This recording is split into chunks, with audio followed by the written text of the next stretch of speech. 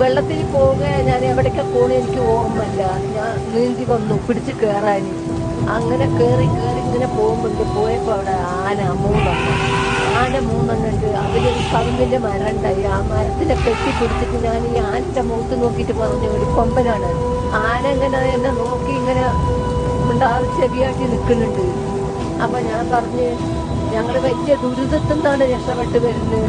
നിനക്ക് നല്ല മനസ്സുണ്ടെങ്കിൽ ആരെങ്കിലും വന്ന് ഞങ്ങളെ രക്ഷിക്കട്ടെ, എന്നെ ഒന്നും ചെയ്യരുത്, എന്നെ എൻ്റെ കുട്ടിനെയും പറഞ്ഞത്.